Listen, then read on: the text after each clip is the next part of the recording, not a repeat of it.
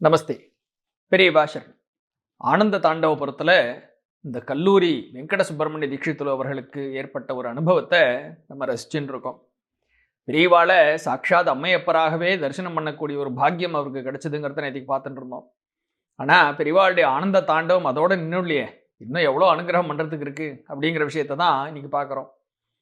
இப்போ தீட்சித்துலு அன்னைக்கு நாள் அப்படி ரெடி ஆகிடுத்து, அவர் பாட்டு குளித்து அவர் காரியங்கள்லாம் பார்க்க ஆரம்பிச்சுட்டார். சாயந்தரம் பெரியவாளை தரிசனம் பண்ணுறதுக்கு போகணும். அங்கே ஆனந்த தாண்டவபுரத்தில் இந்த கோயில் பக்கத்தில் இருக்கிற ஒரு மண்டபத்தில் பெரியவா சம்ஸ்கிருத வித்வான்கள் பல பேரோடு சேர்ந்துட்டு ஒரு பண்டித கோஷ்டி, அந்த கோஷ்டியோடு இருந்துட்டு பெரியவா அத்வைத்த தத்துவங்களை பற்றி ஒரு விசாரம் நடத்தின்னு இருக்கா அப்படின்னு சொல்லி அவர் கேள்விப்படுறார். அப்போது பெரிய பண்டிதர்கள்லாம் இருக்கா, நமக்கும் அந்த அளவுக்கு ஒன்றும் தெரியாதே, சரி பெரியவா பேசுகிறா, நம்ம போய் பார்ப்போம், இதாக கொஞ்சமாக தெரிஞ்சுப்போம் அப்படின்னு ஒரு ஹியூமிலிட்டி அவர் மனசில். அவருக்கும் சம்ஸ்கிருதம்லாம் தெரியும், ஆனால் அங்கே இருக்கிறவாள்லாம் பெரிய பண்டிதாளாக இருக்காளே அப்படிங்கிற ஒரு நினைப்பில் இருந்தாலும் நம்ம சுவாமி அங்கே பேசுகிறார், நம்ம போய் பார்ப்போம் அப்படின்னு சொல்லி அந்த ஆசையோடு அங்கே போகிறார். அங்கே கோஷ்டிக்கு நடுவில் பெரியவாளுடைய ஒரு உரை நிகழ்ந்துருக்கு. இங்கே தீட்சித்துலு இப்படி போய் நிற்கிறார். அந்த சுற்று வட்டாரத்தில் அந்த பண்டித கோஷ்டிக்கு நடுவில் அப்படி சைடில் நின்று பார்த்துட்டு இருக்காராம். அவருடைய வார்த்தைகளில் எழுதியிருக்கக்கூடிய ஒரு வர்ணனை எப்படின்னு கேட்டால், பெரியவா அவளுக்கு மத்தியில் நின்று அந்த ஒரு மதில் சுவர் மாதிரி ஒரு பக்கம் ஒரு மண்டபத்தினுடைய ஏரியாவாக இருந்திருக்கணும். அது அந்த செவத்து பக்கத்தில் அப்படியே நின்றுண்டு சாஞ்சுண்டு ஏதோ பேசின்னு இருக்கா. அதுக்கு பிறகு பெரியவாளுடைய மூமெண்ட் எப்படி இருக்குன்னா, இவர் சொல்கிற அனர்களமான ஒரு பேச்சு, ஹாவபாவங்களோடு கூடினதான ஒரு பேச்சுன்னு எழுதுறார். அனர்களமானாக்கா ஒரு தடையில்லாமல் அப்படி ஃப்ரீயாக போகக்கூடிய ஒரு பேச்சு, பிரவாகமாக வந்துட்டு இருக்கிற பேச்சு. ஹாவபாவங்கள்னாக்கா கையினுடைய மூமெண்ட்டு, அப்படி ஒரு அங்கத்தினுடைய அவயவங்களுடைய மூமெண்ட்டும் பெரியவாளுடைய அந்த ஸ்பீச்சும் அந்த ஒரு தாரையாக அருவி மாதிரி கொட்டுற அந்த பேச்சும் அவருடைய கைகளினுடைய முகத்தினுடைய பாவம் இதெல்லாம் பார்த்தாக்கா இவருக்கு உடனே அங்கே என்ன தோணி போயிடுதான், இந்த சாட்சாத் நடராஜமூர்த்தியே ஆனந்த தாண்டவம் பண்ணிட்டு இருக்கிறதாக எனக்கு அங்கே கண்ணில் பட்டுது, பெரியவாளுடைய தரிசனம் அப்படி அமைஞ்சது அப்படின்னு அப்படி இதை ரசித்து கொண்டாடுறார். அவர் பார்க்குறார், பெரியவா பேசுகிறத பார்க்குறார், பெரியவா அப்படி இப்படி இங்கே மூவ் பண்ணுறா, நடக்கிறா, பெரியவா எவ்வளோ அழகாக அந்த ஒரு சிரிப்போட பெரியவா அதை விஷயங்கள் எல்லாம் சொல்லுவாள். அந்த மாதிரி பெரியவா முகத்தில் இருக்கிற ஒரு புன்னகையெல்லாம் பார்த்துட்டு, ஆஹா நடராஜ பெருமானே ஆனந்த தாண்டவத்தில் மகிழ்ந்துண்டு முகத்தில் அந்த ஒரு சிரிப்போட கை காலெல்லாம் அப்படி நீட்டி இந்த தாண்டவத்தினுடைய போஸ்டர்ஸ் மாதிரி எப்படி ஒரு தரிசனம் இது அப்படின்னு சொல்லி பார்த்து மனசில் அப்படியே பூரிச்சுன்னு இருக்கார். அது பார்த்து இவர் மனசுக்குள்ள ஒரு 2 விஷயங்கள் தான் மனசில் தோன்றது. பெரியவா சாட்சாத் நடராஜ பெருமானாக இருக்கிற ஊர் என்ன, ஆனந்த தாண்டவபுரம். இங்கே ஆனந்த தாண்டவபுரத்தில் நடராஜாவாக இருந்துட்டு ஆனந்த நடனம் பண்ணிட்டு இருக்கார் கண்ணு முன்னாடி அப்படிங்கிற ஒரு விஷயம் மனசில் நன்னா பதியறது. 2வதாக இங்கே நினச்சி பார்க்கும் பொழுது இந்த ஒரு சூழலில் எப்படி இருக்குது அப்படின்னு பார்த்தாக்கா, லீலா தாண்டவ பண்டிதா அப்படின்னு ஒரு வார்த்தை அவர் மனசில் வரதான். அது என்ன காரணம்னு தெரியல, பெரியவாளுடைய இந்த ஒரு தரிசனம் ஒரு ஆனந்த நடனத்தை பார்த்துட்டு நடனம்னு இவர் மனசில் படுறது. பெரியவா இங்கே வித்வத் கோஷ்டிக்கு நடுவில் இருந்துட்டு ஒரு அத்வைத்த தத்துவத்தை பற்றி விரிவாக்கம் பண்ணிட்டு இருக்கான். இப்போ நினச்சி பார்த்த உடனே இந்த நடனமாக இவர் மனசில் வந்துதா, அது கூடவே ஒரு வார்த்தை லீலா தாண்டவ பண்டிதா, லீலா தாண்டவ பண்டிதகான்னு மனசுக்குள்ளே அப்படியே சொல்லிகிட்டே இருக்கான். எதனால் இந்த ஒரு வார்த்தை வந்ததுன்னே தெரியல, மனசுக்குள்ளே அப்படியே உருட்டு போட்டுட்டே இருக்கார். இந்த நாமாவை சொல்லி சொல்லி பெரியவாளை பார்த்துட்டே இருக்கார். கண்ணிலேருந்து கரகரன்னு தண்ணி வழிஞ்சின்னு இருக்கு இவருக்கு. அப்படியே தரிசனம் பண்ணி நின்றுருக்கார். பெரிய ஒரு வித்வத் கோஷ்டிலாம் இருக்குது, இவர் அந்த ஓரத்தில் இப்படி ஒரு லைன்ஸில் நின்றுருக்கார். இப்படி நடந்துகிட்டே இருக்கிறத பெரியவா என்ன பண்ணுறாலாம், திடீர்னு அந்த பக்கம் அந்த செவத்துங்கிட்டக்க கோயில் செவத்துங்கிட்ட இப்படி சாஞ்சி நின்றுட்டு உறக்க அங்கேருந்து இப்படி பார்த்துட்டு 3 தடவை லீலா தாண்டவ பண்டிதா, லீலா தாண்டவ பண்டிதகான்னு 3 தடவை சொல்கிறாளாம் பெரியவா. திடீர்னு இந்த கோஷ்டிக்கு நடுவில் யாருக்கும் ஒன்றும் புரியலை. பெரியவா இப்படி சொன்ன உடனே இவருக்கு தீட்சித்துலுவுக்கு தம் மனசுக்குள்ளே ஒரு வார்த்தை ஓடிண்டே இருந்ததே, அந்த வார்த்தை இப்போ திடீர்னு பெரியவா இப்படி சொல்கிறாளே அப்படிங்கிற ஒரு விஷயம் இன்ஸ்டண்ட்டாக அவருக்கு புரிஞ்சுது. அப்போது அவருக்கு என்ன தெரிஞ்சதுன்னா, கண்ணால் நம்ம பார்த்துட்டு இருக்கோம், நமக்குத்தான் என்னமோ ஆனந்த நடனம்னு தோன்றதுன்னு நம்ம நினச்சோம், ஆனால் இங்கே உள்ளுக்குள்ளே என்ன ஸ்புரிச்சுதோ அதுவும் சாட்சாத் இந்த பரமேஸ்வரனுடைய அனுகிரகம்தான் அப்படிங்கிறது தெரிஞ்சு பார்த்துட்டு இருக்கிறது பரமேஸ்வரனே தான் மறுபடி நிதர்சனமாக அவருக்கு ப்ரூவ் ஆச்சு. நேராக கூட்டத்தை விளக்கிட்டு துபுன்னு ஓடி போய் பெரியவா காலில் விழுந்தாராம். பெரியவாளை ஒரு நமஸ்காரம் பண்ணாருங்க. பெரியவா அழகாக ஒரு கனிவான ஒரு புன்னகை, பெரியவாளுடைய சிரிப்பு. அப்படி ஒரு சிரிச்சுட்டு கையை ஒசத்தி ஆசீர்வாதம் மட்டும் பண்ணாலாம். ஆனால் அந்த லீலா தாண்டவ பண்டிதகான்னா என்னன்னு இப்போ சொல்லலை. இதோட போயிடுத்து. அந்த மீட்டிங்க்கு நடுவில் நின்று ஒரு 2-3 தடவை பெரியவா அதை சொல்லியிருக்கா. இவர் மனசுக்குள்ளே ஓடின்னு இருந்த வார்த்தை இப்போ பெரியவா வாயால் கேட்டாச்சு அப்படிங்கிறதோட சரி. கேட்டுட்டு இவர் உடனே அங்கேருந்து நமஸ்காரம் பண்ணிட்டு இப்படி திரும்பி வரும்பொழுது பகவத்கீதையில் இருக்கக்கூடிய ஒரு வாசகம் எனக்கு ஞாபகம் வந்தது அப்படின்னு இதை பற்றி எழுதுறார். பகவத்கீதையில் சொல்லும் பொழுது இந்த ஆத்மஸ்வரூபம்னு ஒன்று இருக்கே, இந்த ஆத்மாவை பற்றி சொல்லும் பொழுது ஆச்சரியவத் பஷ்யதி கஷ்டிதேனம் ஆச்சரியவத் வததி ததைவ சான்யஹா அப்படின்னு ஒரு ஸ்லோகம் சொல்கிறார். அதாவது இந்த ஆத்மஸ்வரூபம்னு ஒன்று இருக்கே, இதை பெரிய ஆச்சரியமான ஒரு விஷயமாக சில பேர் பார்க்குறா. இதை பற்றி ரொம்ப ஆச்சரியமான விஷயமாக பல பேர் சொல்கிறா.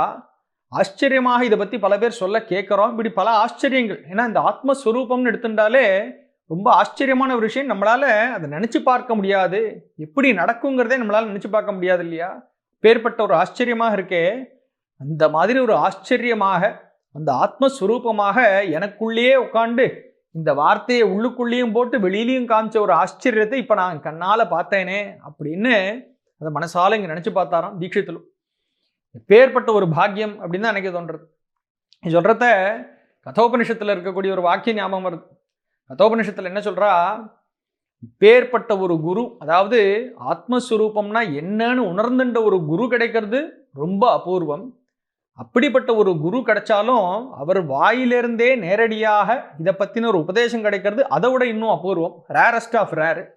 அப்படி குரு வாயிலிருந்து நேரடியாக ஒரு உபதேச மொழி கிடைச்சாக்கா அதை கேட்டு வாங்கி ரிசீவ் பண்ணிட்டு அது சரியான விதத்தில் புரிஞ்சிக்கக்கூடிய ஒரு சிஷ்யன் கிடைக்கிறது இன்னும் அபூர்வம், கிடைக்கவே கிடைக்காதுங்கிற மாதிரி லிஸ்ட்டு போட்டு போவா கதோபனிஷத்தில். அது மாதிரி இங்கே அப்படிப்பட்ட ஒரு ஆத்மஸ்வரூபமாகவே பரிமளிச்சுன்னு இருக்கிற நம்ம பெரியவாளை சாட்சாத் பரமேஸ்வரனாக ஆத்மஸ்வரூபமாக தரிசனம் பண்ணக்கூடிய ஒரு பாக்கியம் இவருக்கு கிடைச்சதுன்னு சொன்னால் இந்த தீட்சித்திலும் எப்பேற்பட்ட ஒரு ஸ்டூடெண்ட்டாக எப்பேற்பட்ட பாக்கியம் நிறைஞ்சவராக இருக்கார் அப்படின்னு தான் நமக்கு நினைக்க தோன்றது. அப்படி ஒரு மனசில் இந்த ஸ்லோகத்தை நினச்சிட்டே இவர் இன்னைக்கு போயாச்சு. இப்போ சாயந்தரம் இவர் பார்த்தது எப்போன்னு கேட்டாக்கா பிரதோஷ காலம், சாயங்கால வேலை. இந்த பிரதோஷ காலம் பிரதோஷ நாளுன்னு இல்லை, பிரதோஷ வேலையில் பார்த்துருக்கார் தரிசனம். சரி, இதோட ஆயிடுத்து. இன்னைக்கு மனசு நிறைய அப்படி பெரியவாளை நினச்சிட்டே போய் படுத்தாச்சு. அடுத்த நாள் காலம்புற ஆரம்பமாகுது. பெரியவா ஒருத்தர்கிட்ட சொல்லிவிட்டு அனுப்புகிறாளாம், இன்னைக்கு அதே வித்யுத் கோஷ்டிக்கு நடுவில் யார் பேசணும்னு சொன்னாக்கா இந்த தீட்சித்தில் பேச சொல்லு இன்னைக்கு அப்படின்னு சொல்லிவிட்டு அனுப்புகிறான். இவருக்கா ஒன்றுமே புரியல. எவ்வளோ பெரிய வித்வான்கள்லாம் இருக்கா, அவள் மத்தியில் நம்ம போய் பேசுகிறதாவது, நமக்கு அந்த அளவுக்கு ஒன்றுமே தெரியாதே அப்படின்னு மனசில் அந்த ஒரு ஹியூமிலிட்டியோடு அப்படி நினச்சிண்டு, சரி இருந்தாலும் பெரியவா உத்தரவு பண்ணியிருக்கா, பெரியவா நம்மளை பேச வைப்பா அப்படிங்கிற ஒரு நம்பிக்கையோட சாயந்தரம் வரேன்ட்டார். சாயந்தரம் இதே மாதிரி பிரதோஷ வேலை, அந்த சாயங்கால வேலையில் அங்கே இந்த சபை கூடுறது. அங்கே போய் நின்றுண்டு மனசு முழுக்க பெரியவாளை ஸ்மரிச்சுண்டு என்னுடைய குருமூர்த்தி அப்படின்னு பெரியவாளை பற்றி சொல்ல ஆரம்பிக்கிறார்.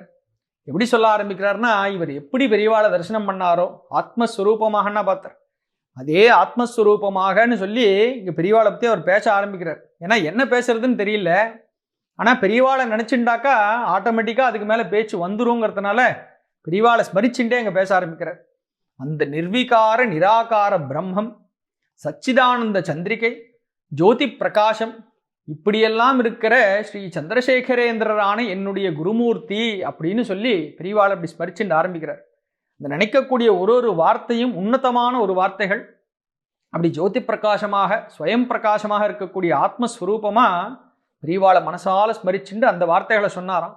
சொன்ன உடனே அடுத்ததாக உடனே அவருக்கு தோணி போயிடுது, நேத்திக்கு எப்படி ஒரு ஆனந்த நடனமாக இங்கே பார்த்தாரு, அந்த நடனத்தோட கனெக்டடாக அடுத்த விஷயத்தை சொல்லணும்னு புரிச்சு அந்த க்ஷணத்தில் அதனோட கண்டினியூ பண்ணின்னு சொல்கிறார்.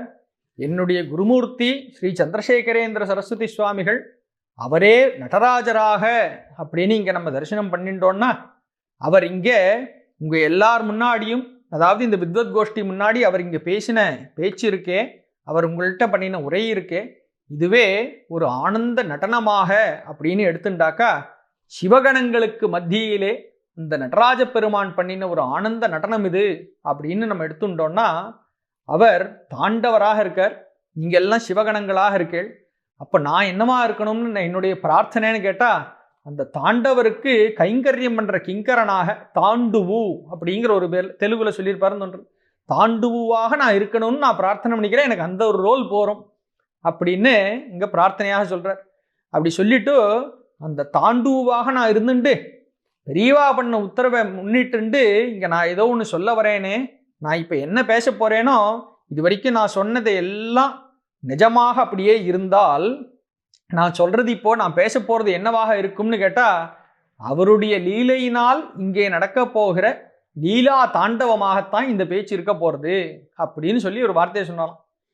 அப்போ நேத்திக்கு இவர் மனசில் வந்த வார்த்தைகள் லீலா தாண்டவ பண்டிதகான்னு இவர் சொல்லிண்டு பெரியவாளும் வாக்குனால சொன்னாலே அதை இப்போ இப்படி கண்டினியூ பண்ணி திடீர்னு இங்கே சொல்கிறதுக்கு தோணித்து இவர் சொன்னாராம்.